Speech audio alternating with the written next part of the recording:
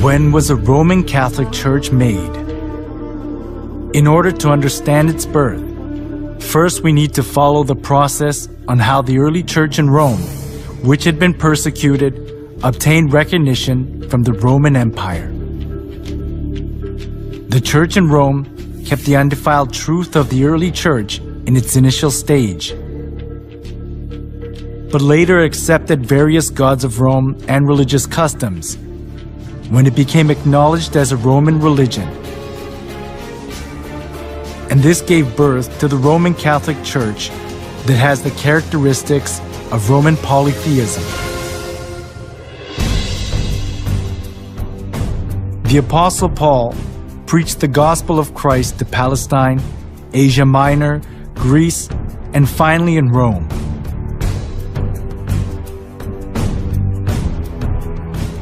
The church in Rome was not welcomed in its initial stage. It was because of the monotheism of Christianity, and the polytheism of Rome conflicted with each other.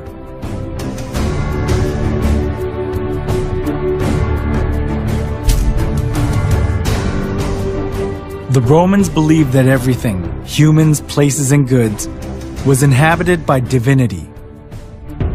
As they accepted folk beliefs of the people they conquered, far more various gods and religions prospered in Rome.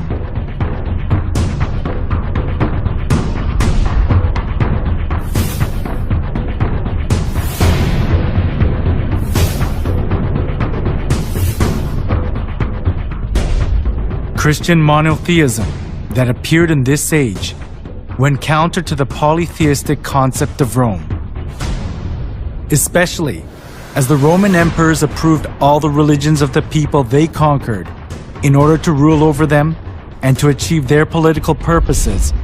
This came into conflict with Christianity, so the Roman emperors persecuted the Christians. The early church was oppressed by many emperors, but there was a turning point during the reign of Emperor Constantine in the 3rd century.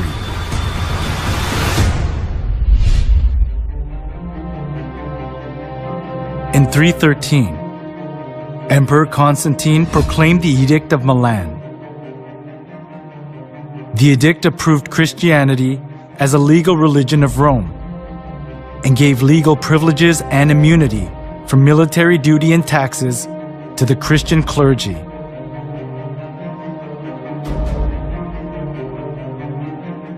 There was the political goal of Constantine underlying such kinds of preferential treatment.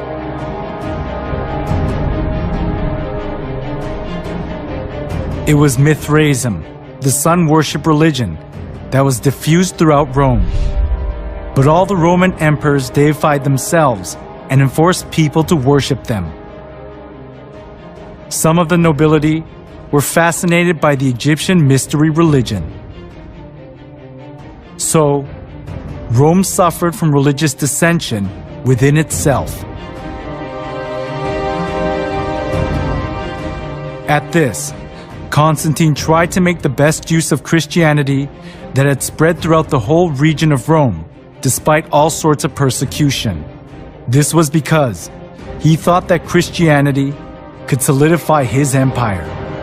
By approving Christianity as a national religion of Rome, Constantine tried to seek the unity of the Roman Empire under one religion.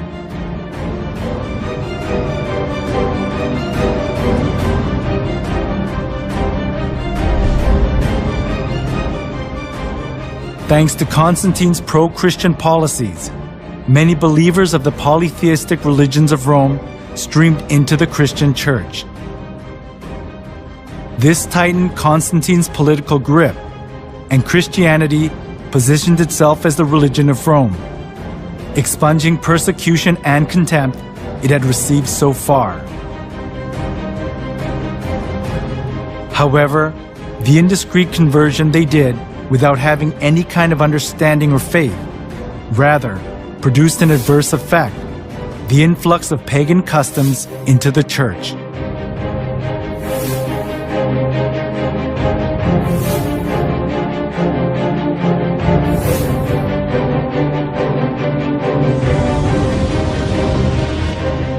Those who were tainted with polytheism of Rome looked as if they had converted, but in actuality it wasn't easy for them to get rid of the religious rites and institutions of worshipping the sun, the moon, and the stars, and various gods and goddesses, which they had worshipped since their forefathers.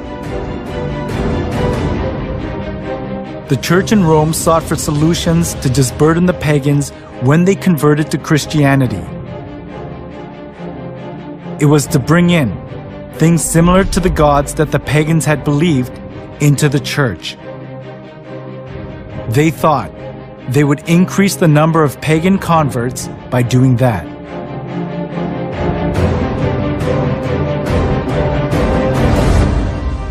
For the Christian bishops introduced, with but slight alterations into the Christian worship, those rites and institutions by which formerly the Greeks and Romans and others had manifested their piety and reverence towards their imaginary deities, supposing that the people would more readily embrace Christianity if they perceived the rites handed down to them from their fathers still existing unchanged among the Christians.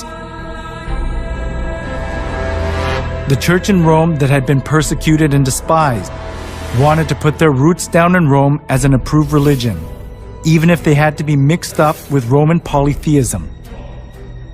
It was because they wanted to keep their faith in comfort, being freed from the extreme pain of persecution.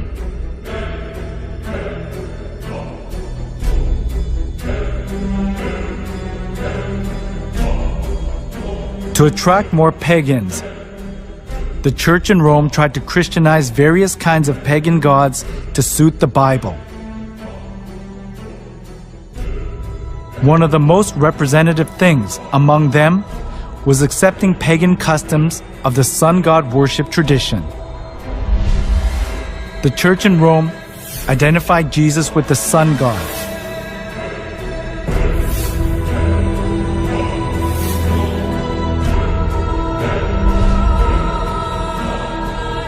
Inside of the church was decorated with various kinds of sun images, and the idea to worship the sun was established as if it were the truth of the church.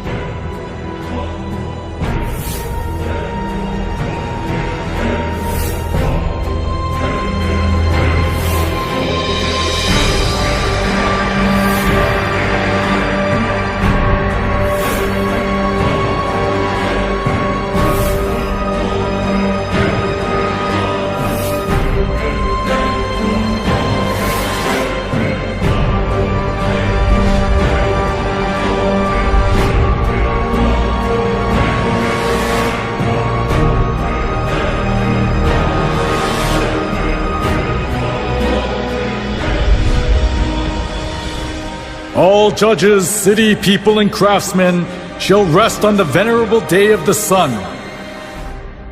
Constantine's edict in 321 played an important role in making the sun god worship faith to put its roots down in the church.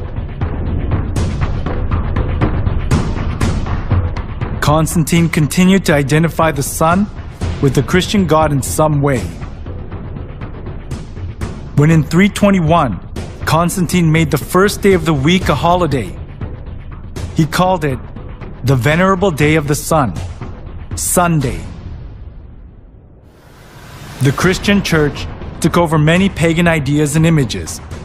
From sun worship, for example, came the celebration of Christ's birth on the 25th of December, the birthday of the sun. As the sun god worship mingled in with Christianity, the church in Rome was deprived of its purity of the early church and changed its appearance to the Roman Catholic Church.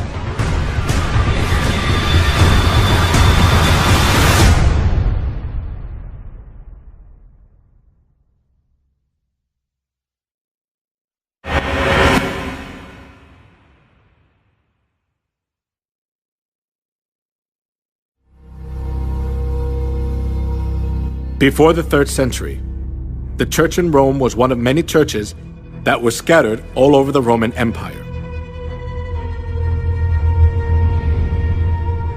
The reason the church in Rome later became the head of all the churches of the world and dominated the Middle Ages was because it joined hands with Emperor Constantine.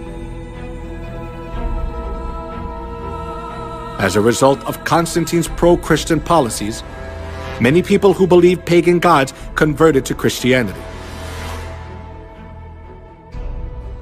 This consolidated Constantine's political position,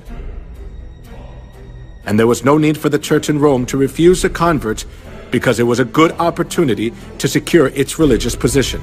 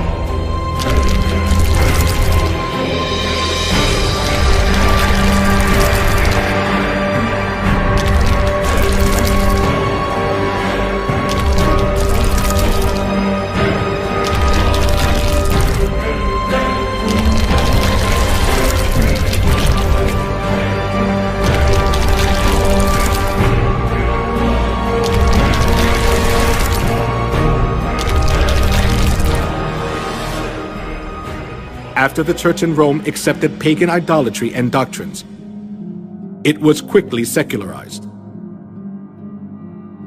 During the Middle Ages, it was even hard to tell the difference between the church and the secular world. The Catholic Pope enthroned kings, and kings protected the Catholic Church. Opposing the Catholic Church itself was rebelling against one's own country.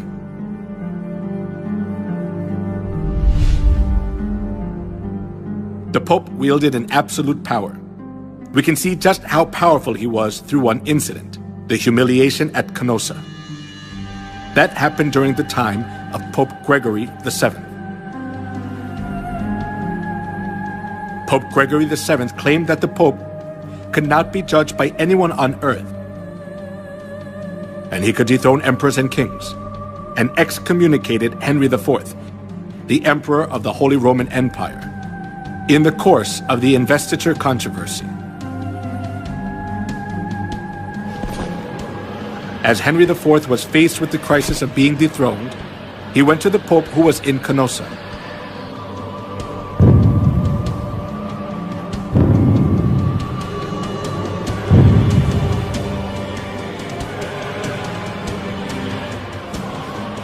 Barefoot, he knelt for 3 days in the snow, outside the castle of the Pope, and begged for his forgiveness. This is what is called the humiliation at Canossa incident. The Pope had so much authority that there was no one who was able to hold back the Church from abusing its power anywhere in Europe.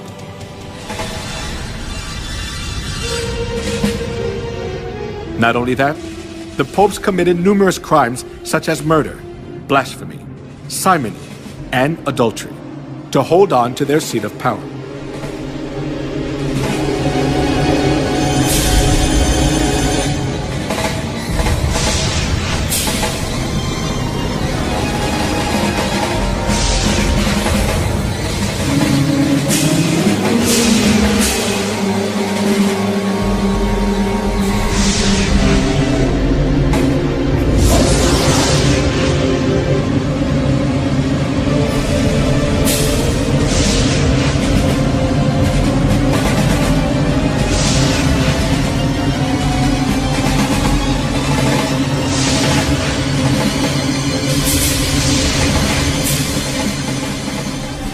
We cannot even fathom the evil deeds of the corrupt popes.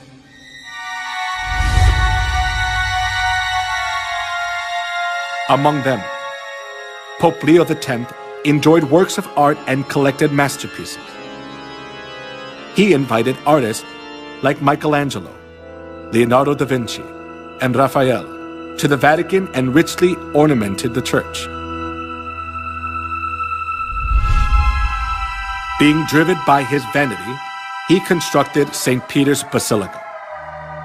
However, as he ran out of money by collecting costly works of art, he started to print a greater amount of indulgences.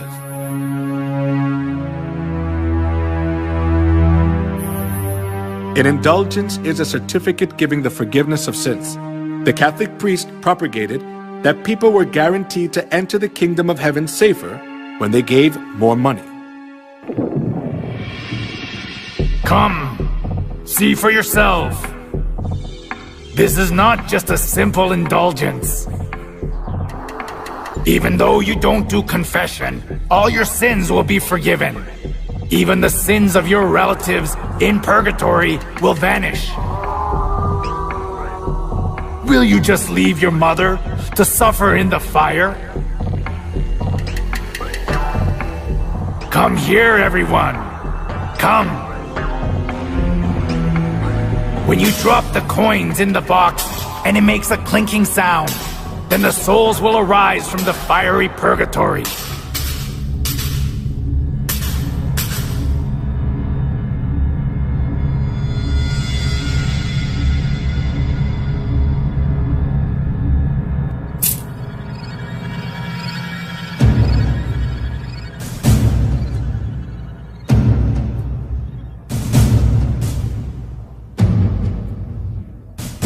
The sale of indulgence was one of the biggest businesses of the Catholic Church.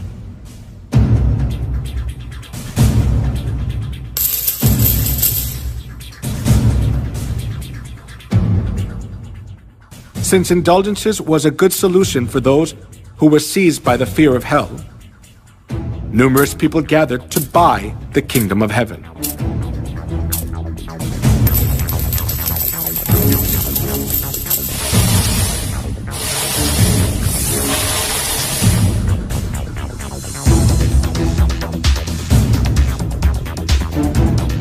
Giotto, the representative artist during medieval Europe, clearly shows the evils of indulgence in his work.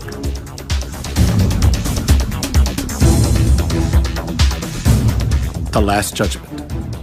In the painting, Jesus, the judge, is in the middle and the apostles are on both sides. Heaven is shown on the right and hell is shown on the left. One thing that is worthy of notice here is the scene where souls are weighed. A man who is on his knees presents a model of the chapel to three women. The name of the man is Enrico Scorveni. He was a notorious loan shark of that time. Because loan sharking was a big sin, he could never dream of entering the kingdom of heaven. However, even though Enrico was a loan shark, he bought indulgences and paid for his sins, and proudly purchased the ticket for the kingdom of heaven.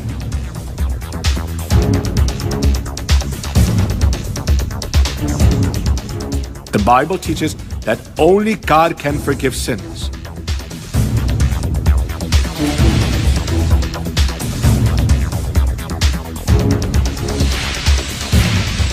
However, the Catholic Church insists that the Pope too has the authority to forgive sins.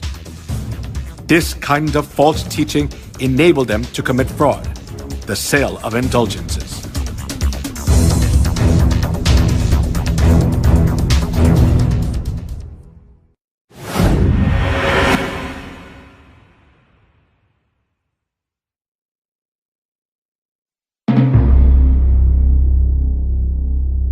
The Inquisition, run by the Catholic Church, is evidence that shows how corrupt and cruel the Catholic Church is.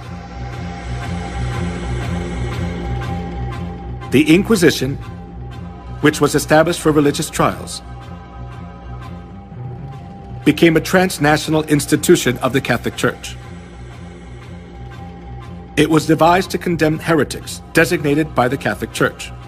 Heretics defined by the Catholic Church were the Christians who opposed the false insistence and doctrines of the Pope and wanted to live by the Bible.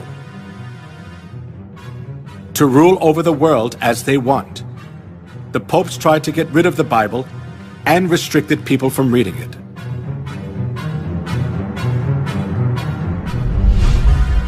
Pope Alexander III labeled those who read the Bible as heretics and commanded to confine Christians who were condemned as heretics to expropriate their property.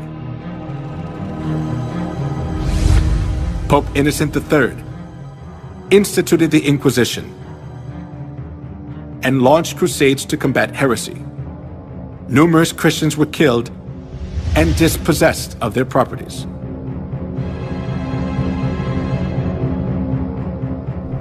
Pope Gregory IX claimed to punish heretics who did not repent and appointed the Order of St. Dominic as the Inquisitor.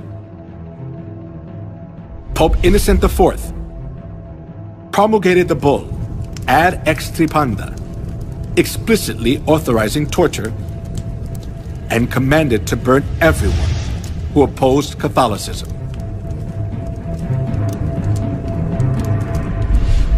Here is the salient religious trial of the century. Giordano Bruno, a medieval astronomer, was charged as a heretic by the Catholic Church and burned at the stake. The reason he was burned was that he denied the geocentric theory and insisted on the heliocentric theory. After that, Galilei verified that the Earth revolves around the Sun. But he too was declared a heretic and was forced to recant his heliocentric view.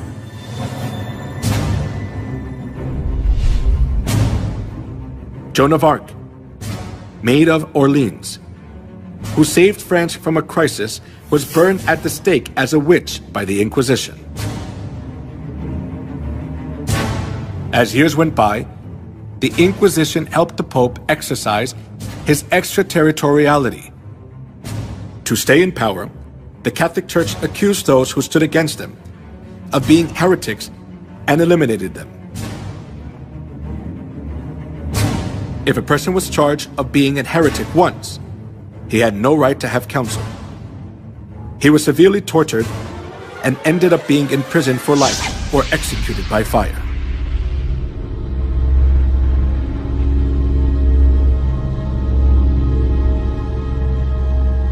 The Inquisition was the most infamous and devilish thing in human history. It was devised by the popes and used by them for 500 years to maintain their power. For its record, none of the subsequent lines of holy and infallible popes have ever apologized.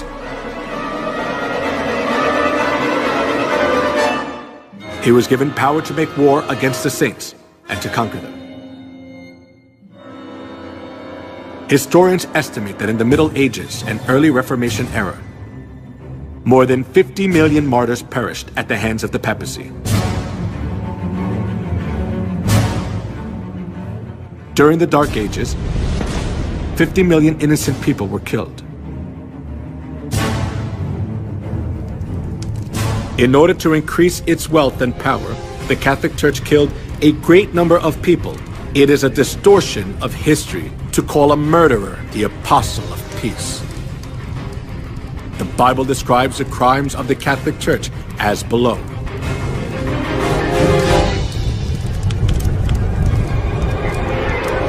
I saw that the woman was drunk with the blood of the saints, the blood of those who bore testimony to Jesus. When I saw her, I was greatly astonished. He will speak against the Most High and oppress his saints and try to change the set times and the laws. The saints will be handed over to him for a time, times, and half a time. The Roman Catholic Church was Babylon the Great that ruthlessly killed innocent people who followed Jesus. The crimes of the Roman Catholic Church which are prophesied in the Bible, are clearly seen in history.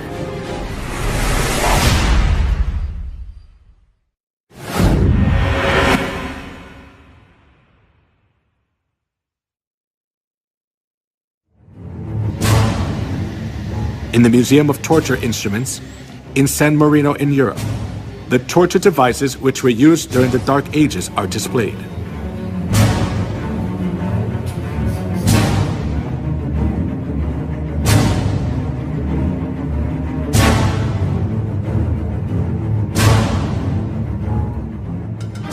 Iron Maiden. It is one of the representative torture devices from the medieval period. It is an iron cabinet with a spike-covered interior, with iron spikes about 8 inches long. When a person is enclosed inside, the whole body is pierced with the pointed iron spikes and is fatally injured, and the person dies slowly from excessive bleeding.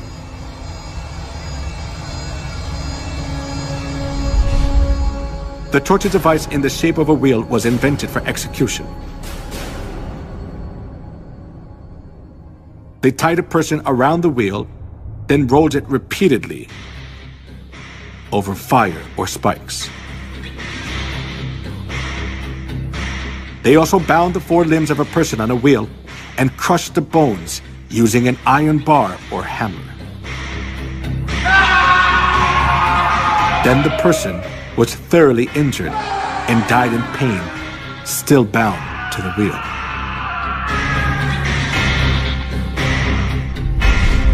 The Inquisition invented cruel torture devices to give victims as much pain as possible.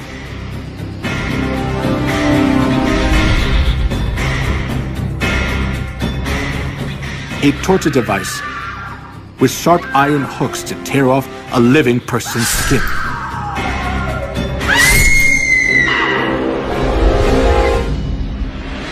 A pyramid-shaped torture device with a sharp tip.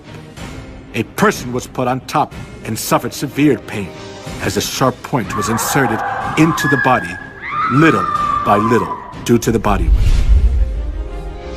Most of the time, tortures were carried out by Catholic monks or priests. They pulled out nails using pliers, burned parts of the body with fire, and crushed fingers and toes with torture devices. A pulley was used to lift a victim's body up, and then drop them to make all the joints go out of place. A person was burned alive while their hands and feet were tied. A chair with spikes was used to tie a person down, and it made blood come out from every part of their body. If a victim denied the Catholic Church's teachings, despite the hard torture, they poured boiling lead in the mouth or ears, or gouged out their eyes, or flogged them until parts of their skin flew off.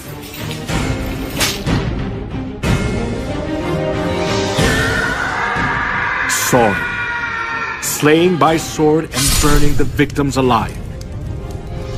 The Catholic priests enforced them to follow their teachings, holding the cross in front of them.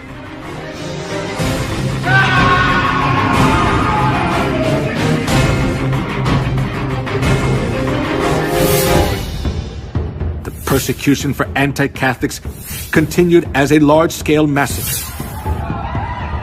In 1209, 6,000 were slain to death at Berthiers. And 1211, 100,000 Christians were massacred at Lavore.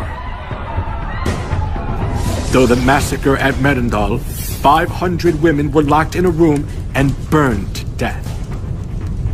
In the massacre of Orange in 1562, the Italian army sent by Pope Pius IV was commanded to slay men, women, and children. In 1572, approximately 100,000 people were massacred in Paris, France.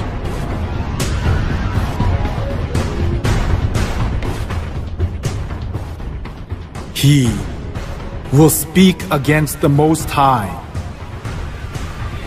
and oppress his saints. The saints will be handed over to him for a time, times, and half a time. As it was prophesied that the one who speaks against the Most High would make war against the saints and conquer them, over 50 million people were slaughtered during the Dark Ages.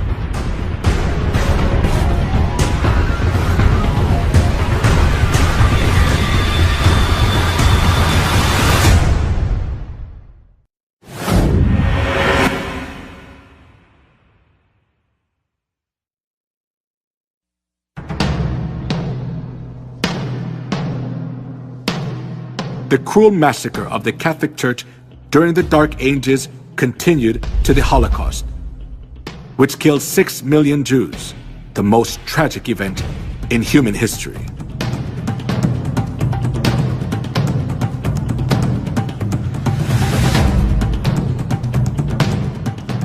From 1933 to 1945, 6 million Jews, including 1.5 million children, were slaughtered in 15 European countries, such as Poland, Russia, Austria, Czechoslovakia, Hungary, France, Belgium, Luxembourg, Italy, Netherlands, Norway, Romania, Yugoslavia, and Greece.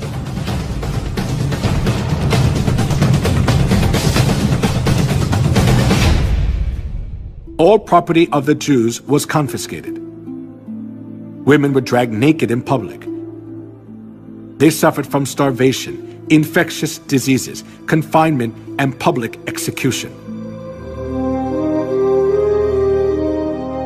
The Jews who survived faced a miserable death in gas chambers in concentration camps built by the Nazis.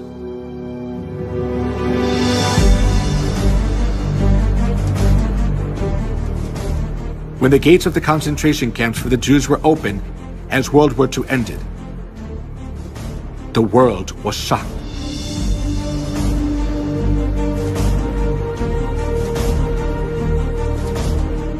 In the concentration camps, there were dead bodies of the Jews that were not buried yet, piled up like a mountain.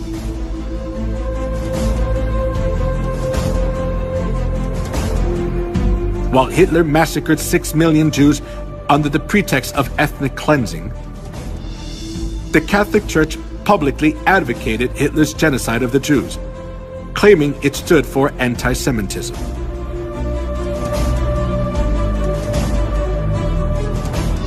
When the Nazis' genocide of the Jews reached its peak, Weissmandl, a Jewish rabbi, sent a letter to the Vatican to ask for help. He begged the Pope to save the innocent Jews, especially young children. 1.5 million out of 6 million Jews who were slaughtered were children. His plea was a desperate outcry. However, the reply he received from the papacy was not just heartless, but blood-curdling. There is no such thing as the innocent blood of Jewish children. All Jewish blood is guilty, and the Jews must die, because that is their punishment for that sin. The Catholic Church was always hostile to the Jews for the reason that they had killed Christ. And they committed countless murders under the pretext that they were punishing the Jews on behalf of God. This kind of attitude of the Catholic Church greatly affected Hitler, who was Catholic. Dann wird das Ergebnis nicht die Bolschewisierung der Erde und damit der Sieg des Judentums sein, sondern die Vernichtung der jüdischen Rasse in Europa.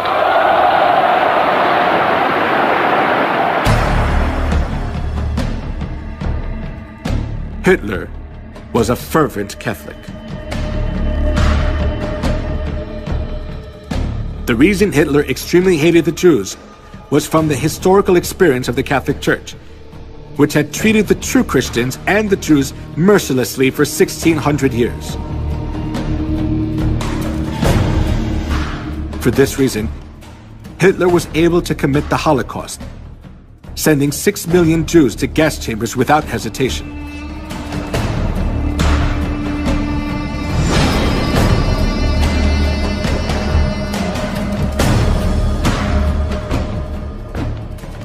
Before the massacre of the Jews began, the Catholic cardinals officiated in Mass for blessing the German Nazi guards.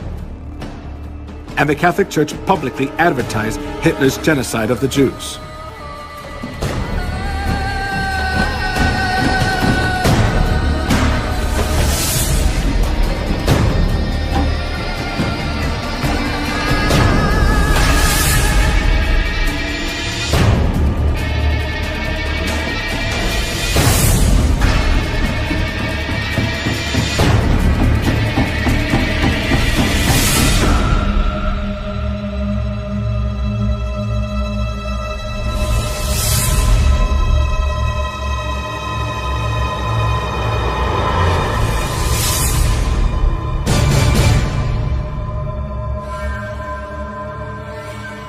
The Catholic Church has committed crimes against humanity for centuries in the name of religion. They committed the crime of killing 50 million Christians and the Holocaust of killing 6 million Jews.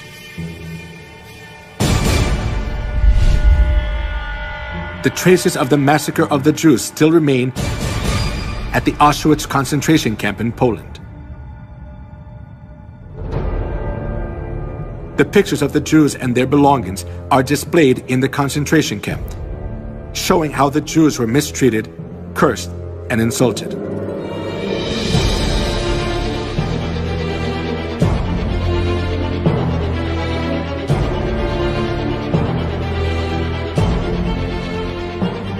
These horrible times remain in the records of history. But all the errors of the Catholic Church are disappearing from people's memories, little by little.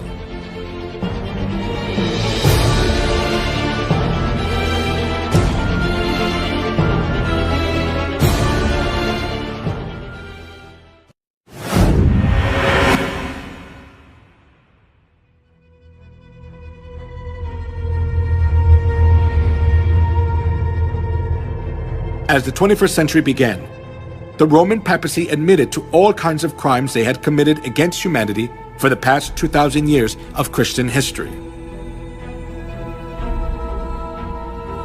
They admitted their faults, such as the Crusades, anti-Semitism, the Inquisition, and witch hunts.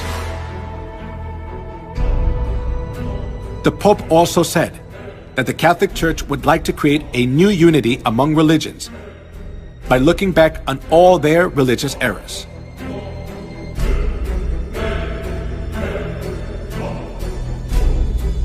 However, can all the errors of the Catholic Church be forgiven by just admitting to all the crimes they committed against humanity in the past?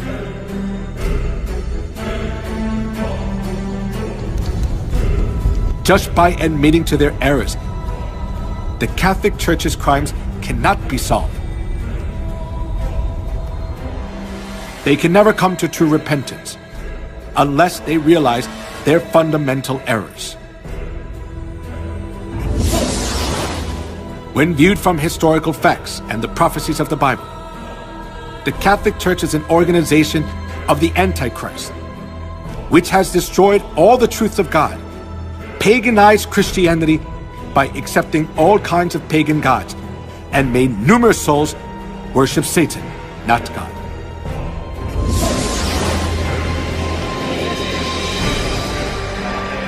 Not being content with their crime of killing cruelly whoever was against them for the past 2,000 years of Christian history, the Catholic Church is still committing a crime of driving countless souls to death. Therefore, admitting their crimes, which have already been revealed through history without having fundamental repentance, is only a crafty trick of the Catholic Church to pull the wool over people's eyes.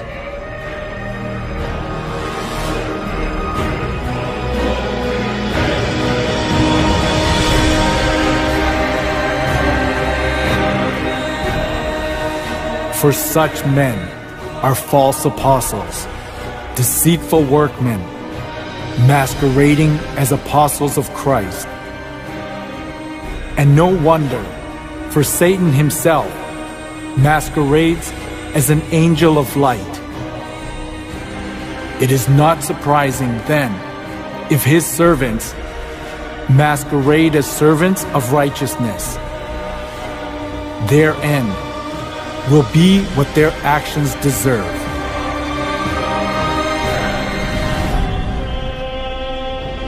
In human history, the organization which has killed the most people is the Catholic Church. Nevertheless, the Pope is called an apostle of peace. It is an act to distort history. The reason the Catholic Church is more dangerous than any other organization is that they are doing all these things in the name of Christ.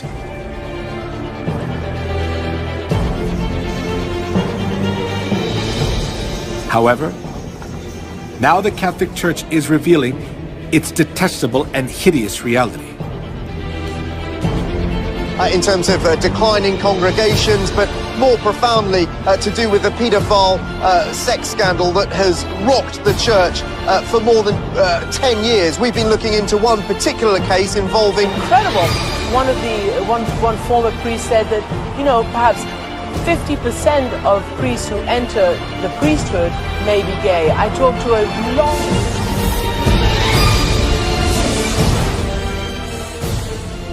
This is the living evidence which shows that Babylon the Great is falling apart, being judged by God's wrath as it has been prophesied in the Bible.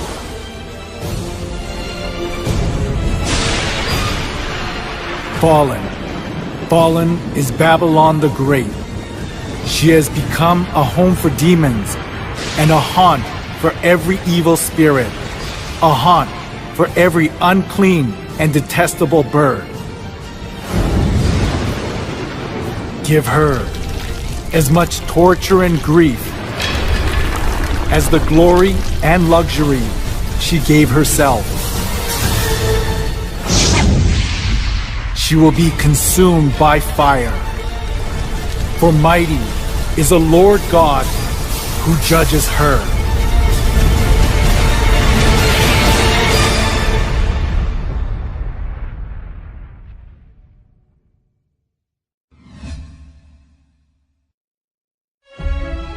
God revealed the identity of Babylon through the way she looks outwardly, outward characteristics of Babylon. The woman was dressed in purple and scarlet, and was glittering with gold, precious stones and pearls. She held a golden cup in her hand, filled with abominable things and the filth of her adulteries.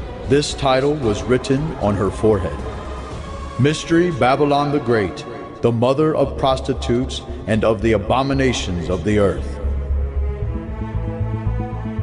In the Bible, women refers to the church, and among numerous churches in the world, the church that is dressed in purple is the Catholic Church. The color of the traditional priest robe of the Catholic Church is purple and scarlet.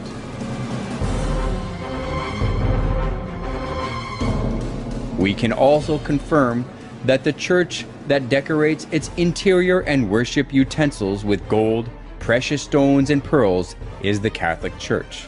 And in addition, it is only the Catholic Church that give Mass holding the golden cup, true to the words, "She held a golden cup in her hand."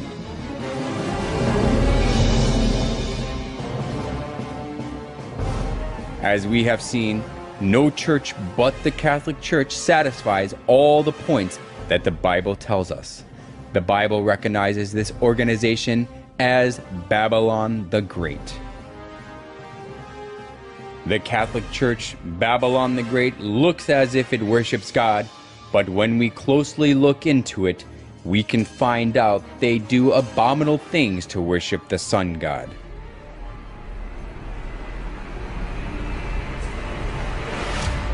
The Roman Catholic Church disguises itself as an angel of light, but it craftily introduced the customs of detestable idolatry and the sun worship of ancient Babylon.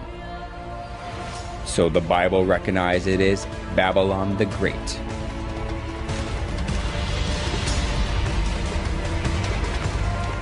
Then does the Bible call only the Roman Catholic Church Babylon? It also calls the Protestant churches which keep the Sunday service and Christmas originated from the sun worship as Babylon too. This title was written on her forehead. Mystery Babylon the Great, the mother of prostitutes and of the abominations of the earth. In the Bible, women refers to church. So, a prostitute means a false church that practices lawlessness. The Bible tells us that Babylon the Great, which is expressed as the mother of prostitutes, is the Catholic Church and the Protestant churches. Small prostitutes that come from the Catholic Church are small Babylons. The Catholic Church, which leads the whole world astray as the mother of prostitutes, is proud of itself as the mother church that gives birth to all Protestant churches. The Catholic Church is the continuation of the Incarnation and the prolongation in time and space of the Redemption. It is the mother church of all Christendom. The Bible also recorded about the abominable behavior of the prostitute who leads the whole world astray. The kings of the earth committed adultery with her, and the merchants of the earth grew rich from her excessive luxuries. Babylon the Great and small Babylons, which changed God's set times and laws, oppressed God's saints. The Bible prophesies that God's rage will judge them in the end. After this, I saw another angel coming down from heaven. He had great authority, and the earth was illuminated by his splendor. With a mighty voice he shouted, "Fallen, fallen is Babylon the Great."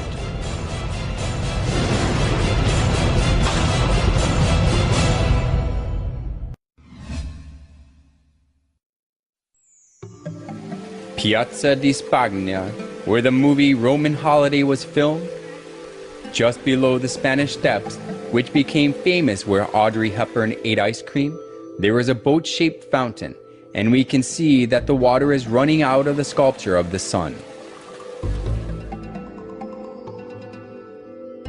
The head of the boat is embellished with the Pope's coat of arms and the papal tiara.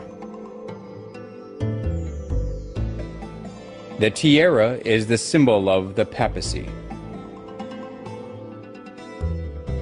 The fact that the tiara is at the head of the boat tells us that the Pope is the very person who leads the sun worship. It is easy to see the tiara in many places of the Catholic Church.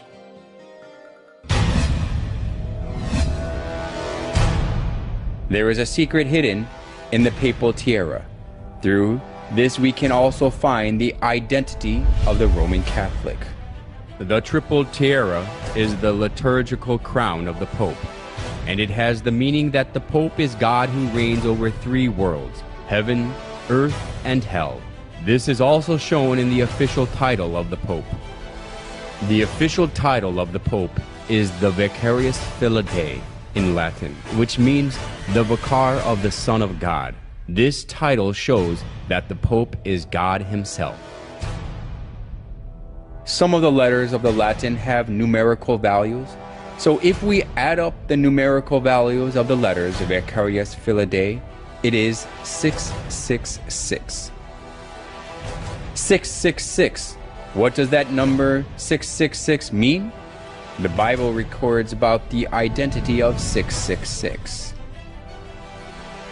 If anyone has insight, let him calculate the number of the beast, for it is man's number. His number is 666.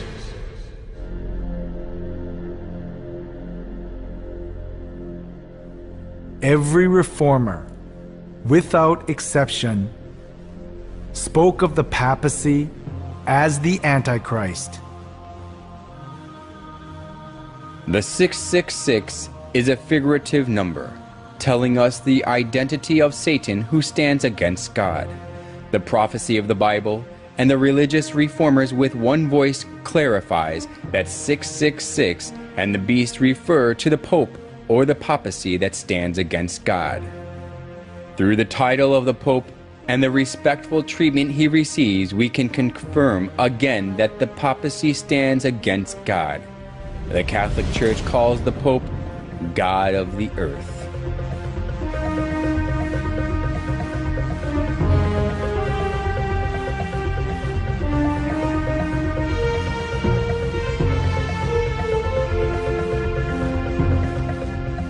The Pope is a mere man, but the Catholic Church insists that he can modify God's laws as he pleases.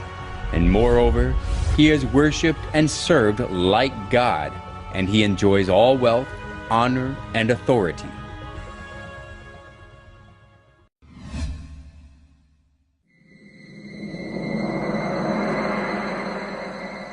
The obelisk standing in the center of St. Peter's Square is closely related to sun worship.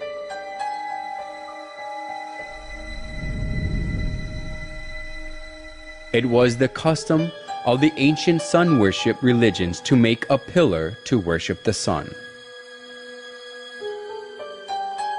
Obelisk was set up at a temple or tomb as a monument to worship the sun god. It typically had a pyramid-like shape at the top, and the pyramid is the emblem of the sun god of the Egyptians, Ra. Like this, the obelisk was made for the sun god. Then, why are the obelisks, the symbol of the sun worship, set up in front of the Catholic churches? When we look carefully at the obelisk standing in front of the Catholic Church, it has the star-shaped divine light and cross, which are symbolize the sun.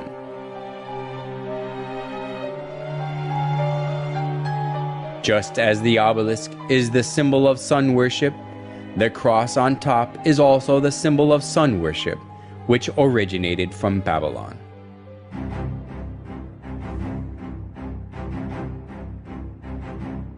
Crosses are also found in the murals of ancient Babylon and Assyria, especially the image of cross on the headband of the sun god Tammuz shows that the cross is originated in Babylon. The Egyptians used the Ankh cross. The shape of the cross made of two wooden poles, which the church started to use, came from the ancient Chaldean region. In the Chaldean Empire, the adjacent regions, including Egypt, the cross was used as a symbol of Tammuz. So, it is certain that the cross was made to worship the sun god.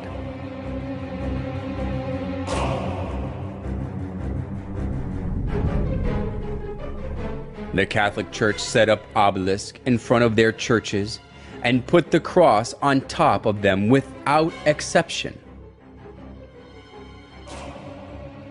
They put one more symbol on the sun on top of the solar pole obelisk. However, they made an excuse that they put the cross on top of the obelisk to show that they conquered the obelisk, which is the symbol of paganism. However, the obelisk standing in front of the church as a symbol is nothing but a vestige of idolatry, showing that they accepted the sun worship of pagans.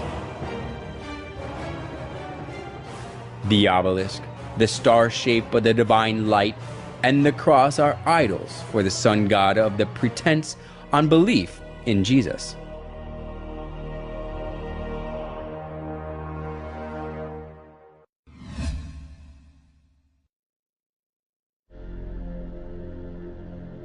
The Pantheon is the oldest monument still standing in Rome. The Pantheon was rebuilt in 125 AD by Emperor Hadrian and dedicated to every known god as well as the sun god, the supreme god of the Romans. Then Pope Boniface IV converted it into a Catholic church. The Pantheon, which once was the temple for the sun god but is now used as a Catholic church, is famous for its domed roof.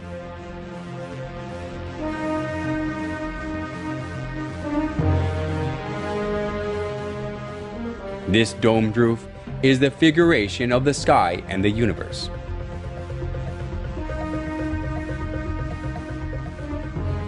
In the center of the dome, there is the oculus, a round opening with a diameter of 27 feet.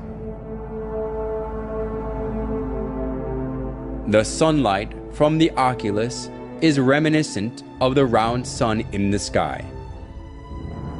The sunlight coming through the oculus lightens the inside of the church, and it creates an effect of the presence of the sun in the church.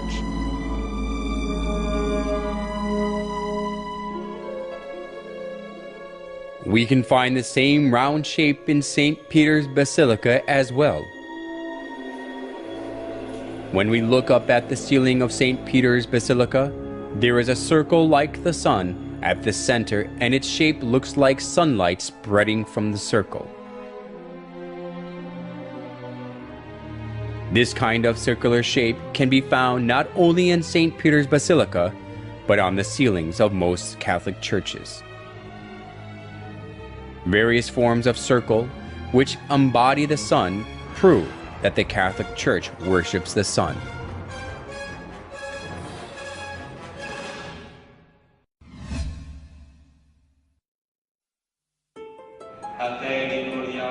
We can find another characteristic of the sun worship in the Catholic Church in their use of lamps and candles.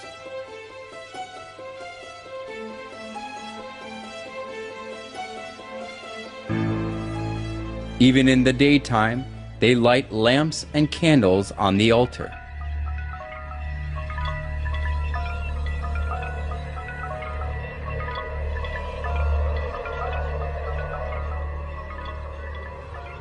People buy the candles displayed before the statue of Mary, saints, and popes so that they can light the candle, put it on the altar, and pray. When starting the Mass or marching in procession after the Mass, the priest carrying the candle is always at the front.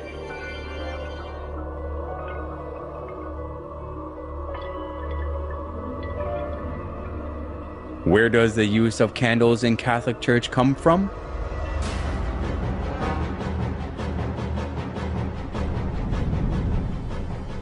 Historian Alexander Hislop says that the use of candles in the Catholic Church comes from pagan rites.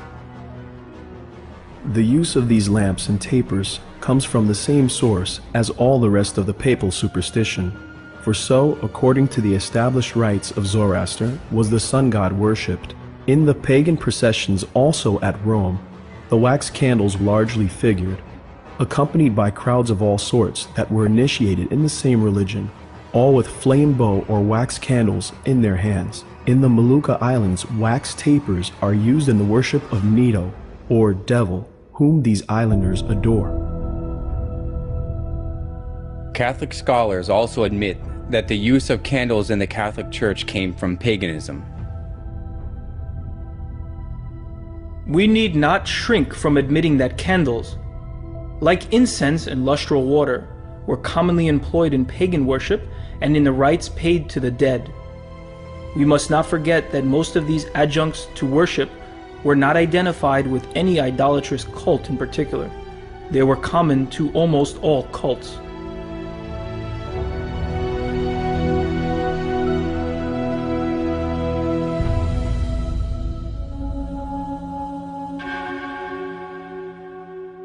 Candles commonly appear in numerous rites of pagans.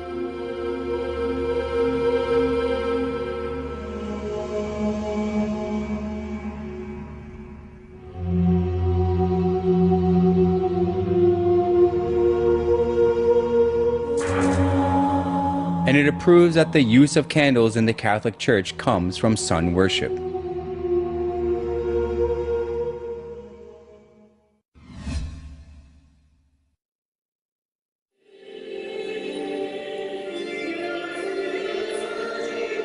The Catholic Church conducts a particular ceremony before the image of the sun.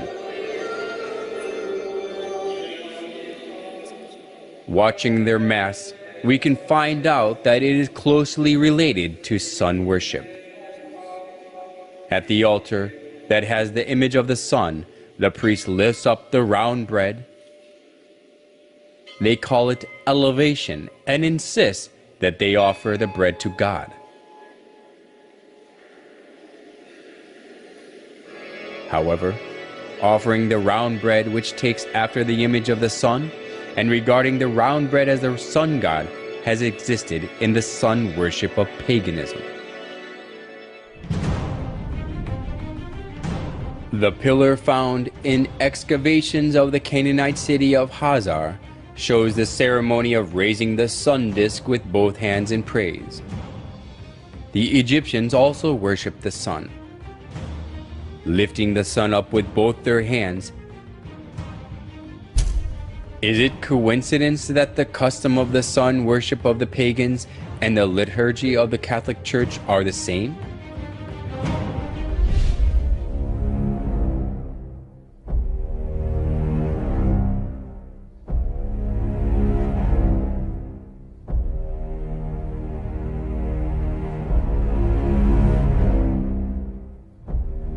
On special days, they put the bread in the sun-shaped frame and go parade through the streets for public display. The believers all kneel down before the bread to show their respect and adoration. Curiously enough, the monstrance, which is the vessel used to display the consecrated Eucharistic bread, has a sunburst pattern. On the altar where the priest offers the bread, there is also the shape of the sun.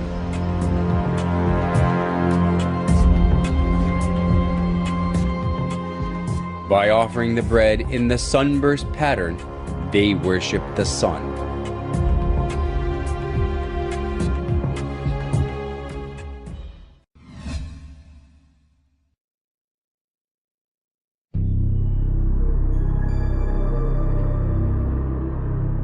Around 2800 BC, there lived a hunter named Nimrod in Babylon, which was located between the Tigris and the Euphrates rivers.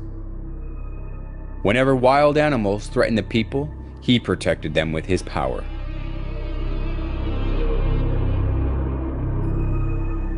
As people respected and supported him, Nimrod became arrogant and incited people to build the Tower of Babel.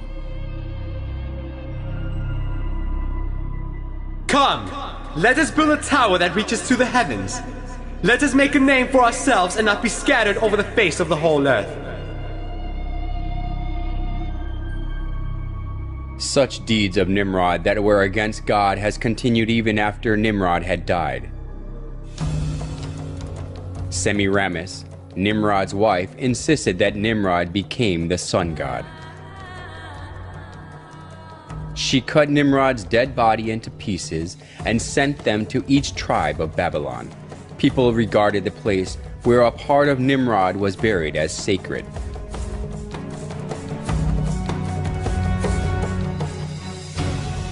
She also claimed that Nimrod was reincarnated as her son. The sun god Nimrod was reincarnated as my son Tammuz. He who believes and follows Tammuz follows Nimrod. As Semiramis ruled over Babylon in place of her young son Tammuz, she maneuvered people into worshiping her. Monuments of Semiramis carrying her child Tammuz in her arms were set up all over Babylon, along with various images symbolizing the sun god. The sun worship and the mother-child worship, which was a scheme devised by Semiramis, put down roots as a religion of Babylon.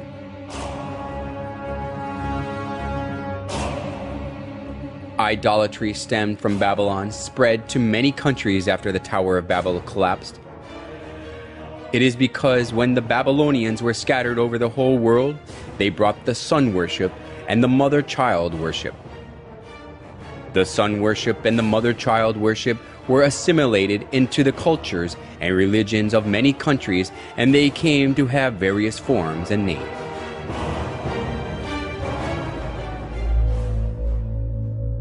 Nimrod, the sun god, was known as Mithra in Persia, Sol in Rome, Ra or Horus in Egypt, and Apollo in Greece.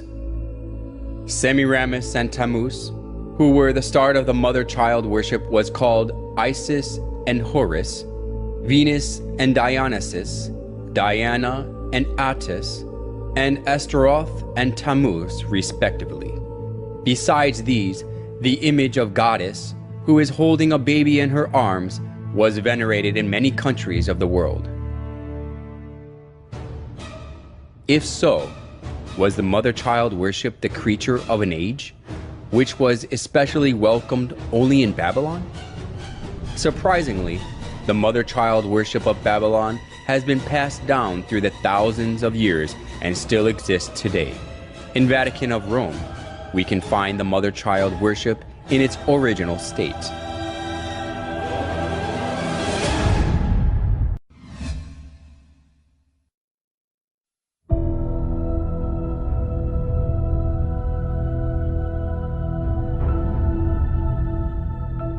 The statue of Virgin Mary with baby Jesus stands in the eye-catching place in the Catholic Church, whether it is a big cathedral or a chapel in a small town.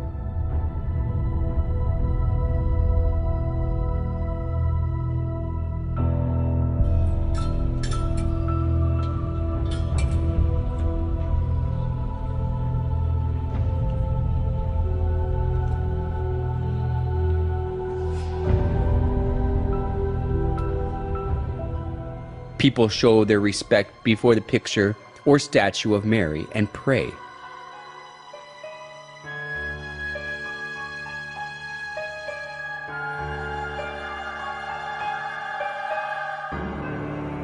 Even the Pope prays before Mary with his head lowered.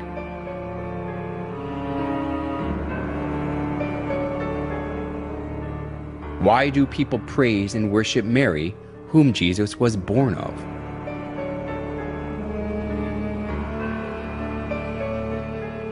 A famous Catholic bishop and writer, Alphonsus Liguori, explained in his writings that it is far effective to pray to Mary than to Christ. In the Franciscan Chronicles, it is related that Brother Leo once saw a red ladder, on the summit of which was Jesus Christ, and a white one on top of which was his most holy mother. And he saw some who tried to ascend the red ladder, and they mounted a few steps and fell. They tried again and again fell. They were then advised to go and try the white ladder, and by that one they easily ascended. For our Blessed Lady stretched out her hand and helped them, so they got safely to heaven. The story, which was made by the exuberant imagination, sounded plausible.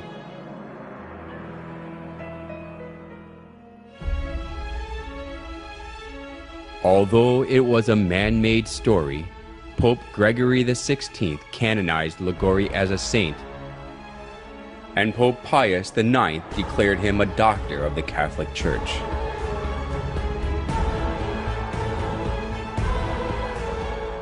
Now Catholics are taught that it is better to pray to Mary, who is merciful and understands us.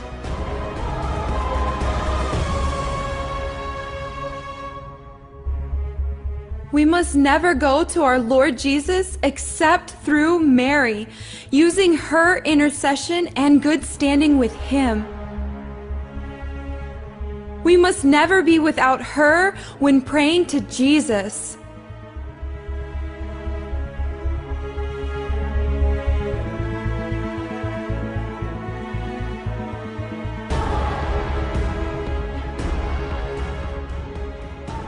The plausible logic that Jesus cannot refuse Mary's request because she is his mother is shown well even through the image of Mary and baby Jesus.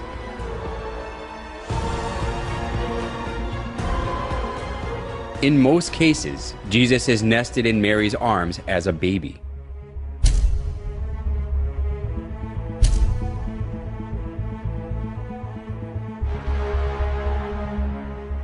This downgrades Jesus to a little baby who is always dependent on Mary and lets people think that he can do nothing without Mary.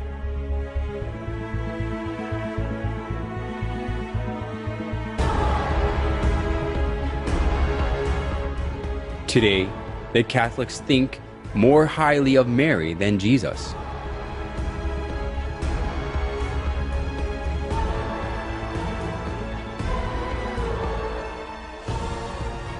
They call Mary the Mother of God, which implies that she is above God.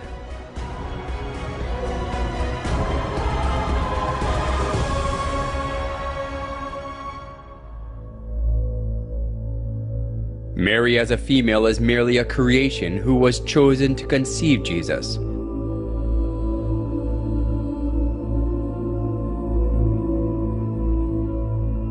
How ridiculous it is for a creation to be called the Mother of God because God used her womb to be born in the earth.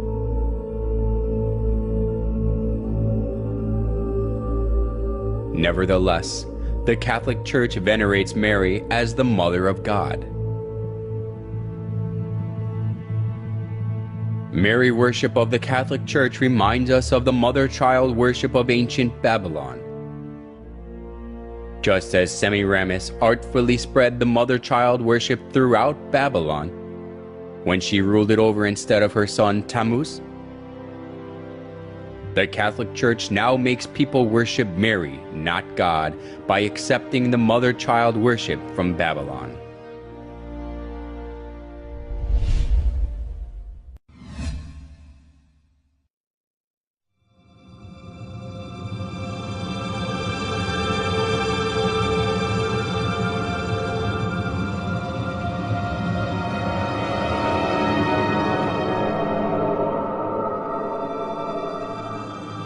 The Catholic Church regards it a great honor to keep the remains of the popes or saints in the church.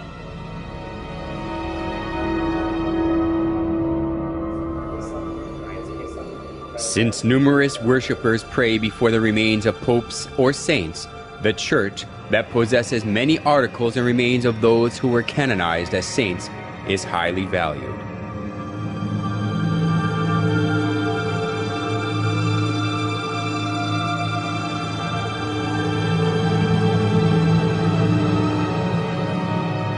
St. Mark's Basilica in Italy is said to have the remains of Mark.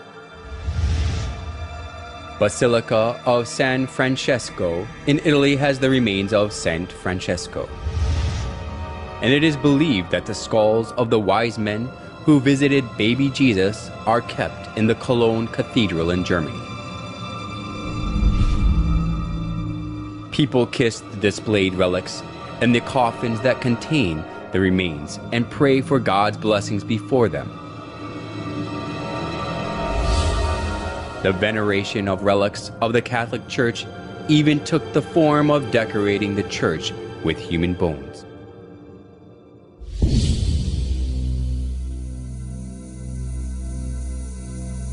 The Church of Santa Maria della Concessione contains the skulls and the skeletons of monks.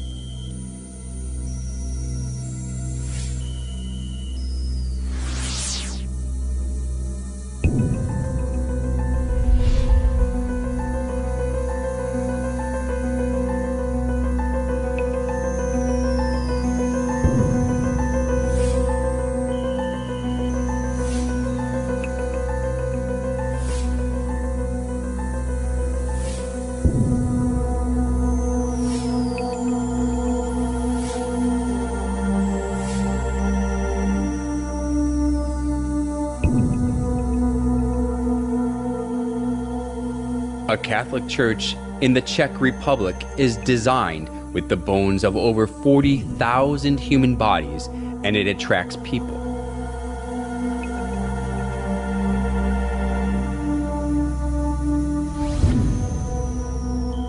The crypt of the Church of St. Francis in Lima, Peru, retains the remains of tens of thousands of people.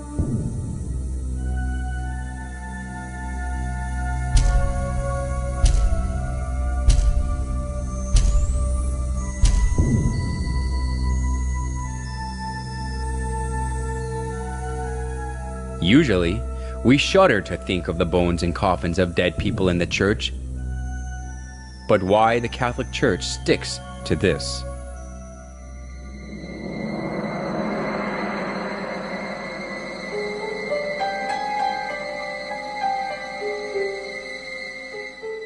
You will find that Catholics are encouraged to honor the saints by imitating their holy lives, by asking them to pray to God for us, and by showing respect for their remains, their images, and the like.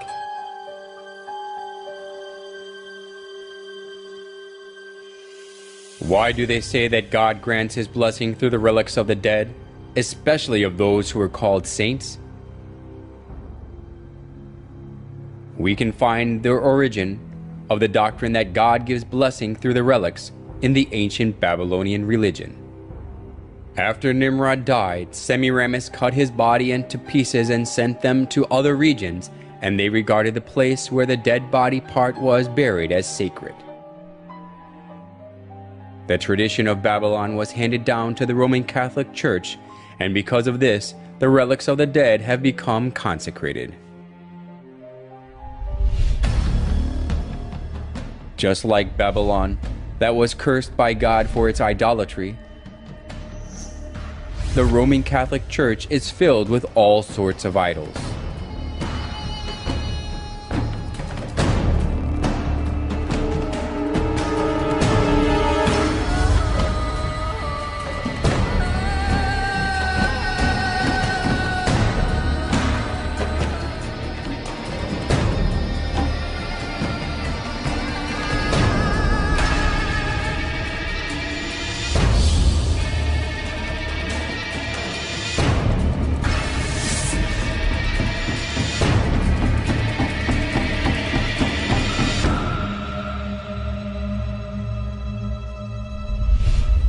In the name of God, the Catholic Church lures many souls into worshiping idols, not God.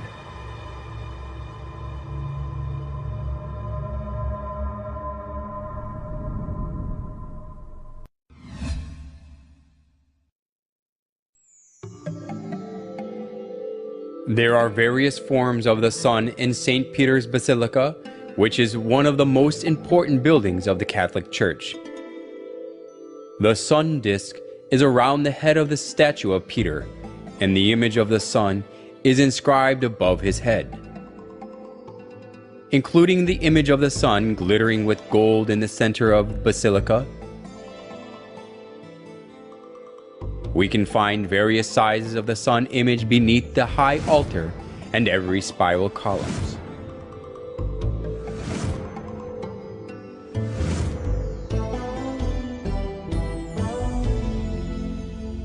Even the cross on the altar and the utensils used for communion and the priest's costume have the sun images.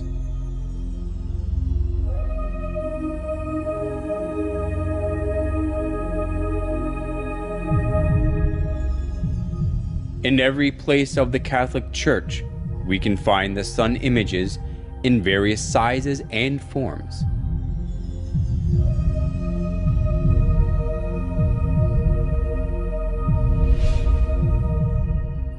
Among the various forms of the sun in the Catholic Church, some has a picture of a dove in it.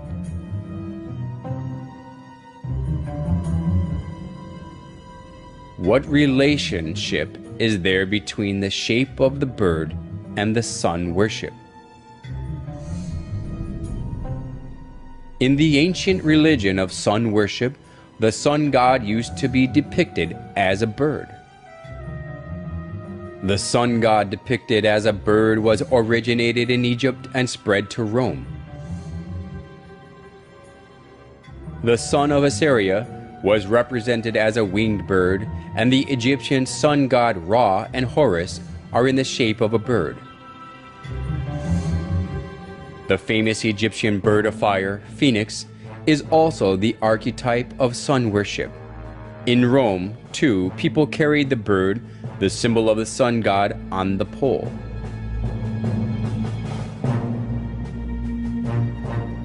Then why does the high altar in St. Peter's Basilica have the image of the sun with the bird in it?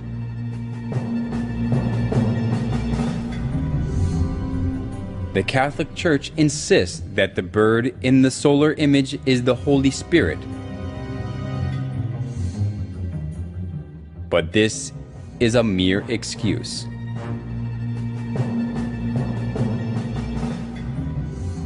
When we trace back the customs of sun worship, the bird is the winged sun god that the sun worshippers served. Offering the bread and wine to the image of the bird is not offering them to the Holy Spirit, but to the sun god.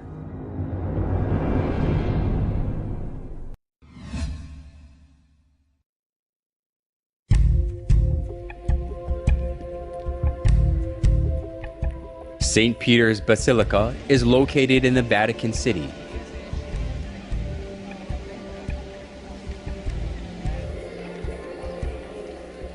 The bronze statue of St. Peter always attracts many tourists.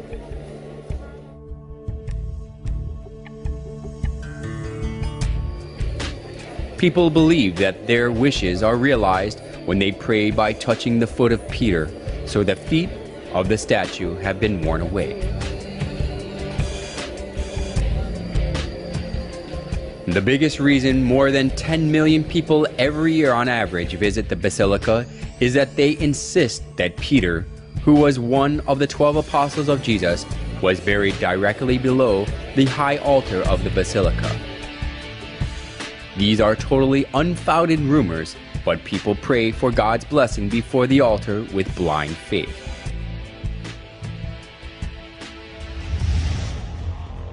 They even teach people that they can have help, even the help they cannot have from God, when they praise and pray in the names of the dead saints.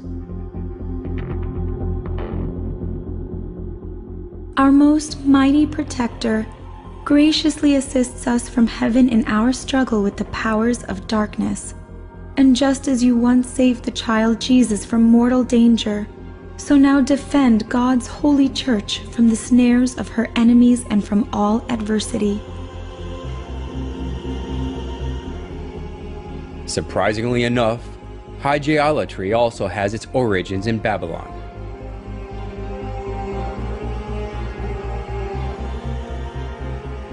Since the Babylonians had some 5,000 gods, there were plenty to choose from.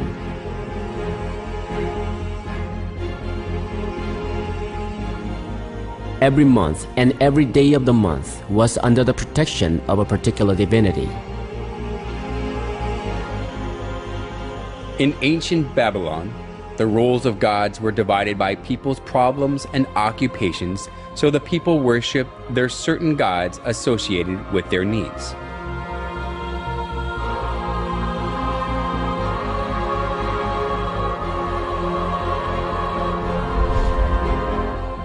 It has continued in the Catholic Church. The Catholics pray to the certain saints associated with their problems so that they can receive help. Just as we go to see different doctors according to the kinds of diseases, the Catholics go to different saints according to their needs. Just as they downgraded Jesus as a little child who depends on Mary through Mary worship, hygielatry also deceived people to think that Jesus is weaker than the dead saints, so he cannot give them help.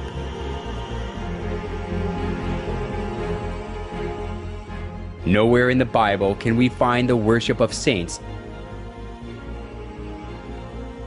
Instead, the Bible warns that worshiping anything other than God is idolatry.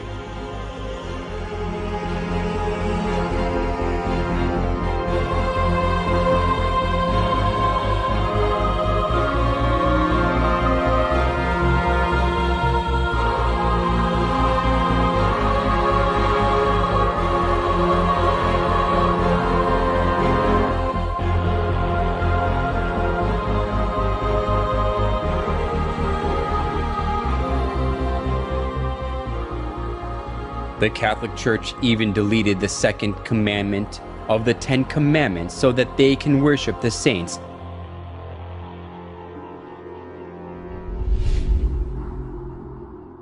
They outbrave the law of God.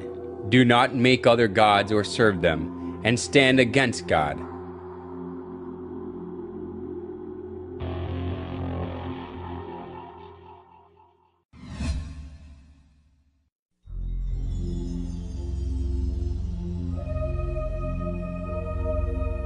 In St. Peter's Square as well, the image of the sun is skillfully hidden.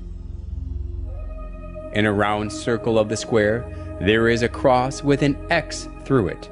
It looks exactly like the symbol of the Babylonian sun god Shamash.